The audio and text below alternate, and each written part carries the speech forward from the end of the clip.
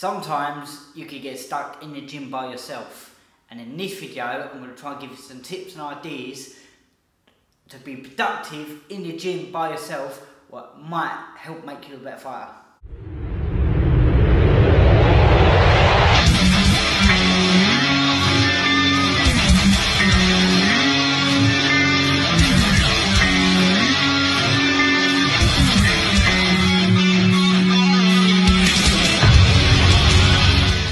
So, do you come here often then?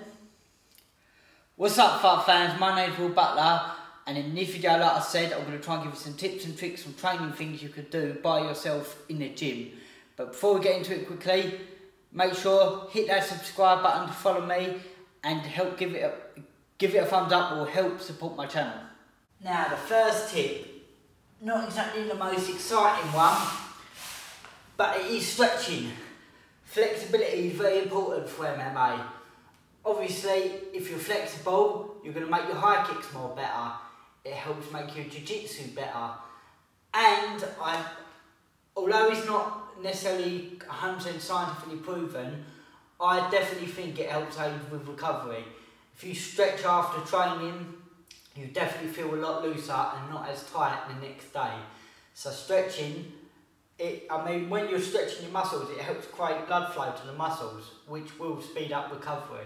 So I don't know, I have looked into it, I don't know why they say there's no proper scientific evidence saying it does speed up recovery. Because like I said, if you can increase blood flow somewhere, it will speed up recovery.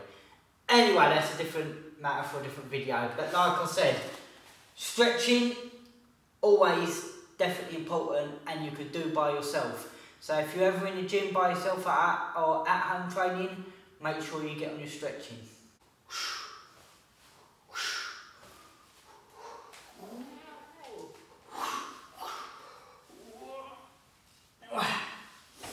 Next one, strength and conditioning.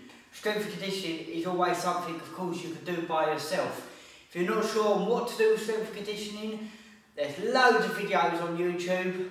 Just type in any, or you can even go through the playlist and look at some of mine, because I have got videos of strength and conditioning, and I will be making some more, so that's another way you should be subscribing.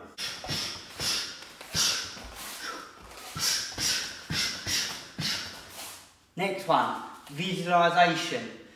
If you don't always have a bob, it doesn't matter, but visualisation, visualising your opponent is very good and get you prepared for a fight mentally. If you don't have a bob, you can always practice on the punch bag. It still does the same thing, but like I said, really try and visualise your opponent. Really try and think about where you're striking. Like, if you're striking to the head, it will make sure you're keeping your hands up. If you're striking to the jaw, imagine that you want to punch a little bit lower then to hit their jaw, and imagine where their jawline would be. Up to the ribs. Now, if you don't have none of them, of course, shadow boxing always does the same thing. Really visualise your opponent. That will definitely help make you a better fighter. Practice on bits of equipment you're not as used to or comfortable with. If you're in the gym by yourself, what does it matter if you muck them up a little bit? Oh. Not just pieces of equipment, practice on techniques you're maybe not as comfortable and fluent in. As well, this is another one people don't often like as much, but practice your opposite stance. Even if you're not ever going to plan to switch stances in the fight, sometimes you might throw a kick, they might check, something might happen, and you're going to land in your opposite stance anyway.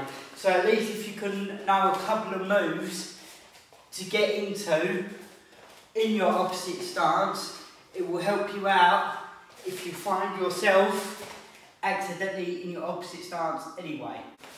And the last one, drilling. Make sure you're always practicing drilling.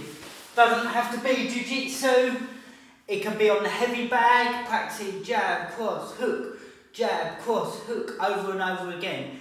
But drilling is probably one of the most boring, sometimes doing it by yourself, but one of the most important. It's all about repetitions. If you can keep that higher repetitions up, is definitely going to make you a better fighter, because it will drill it into your head and you'll end up doing things naturally in a fight where you've drilled them so much.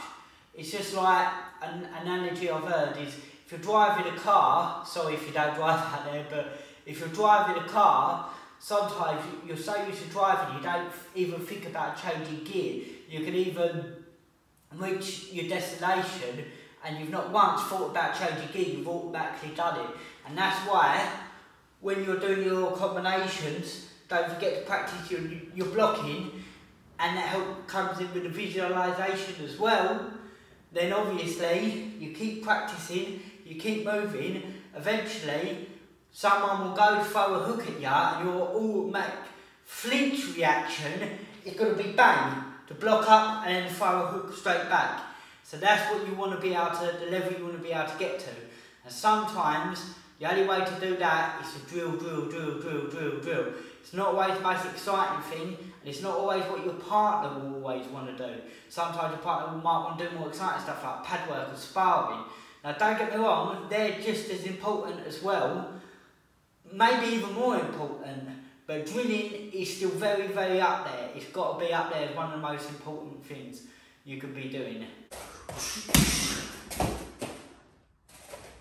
See, my wheel kicks got better already.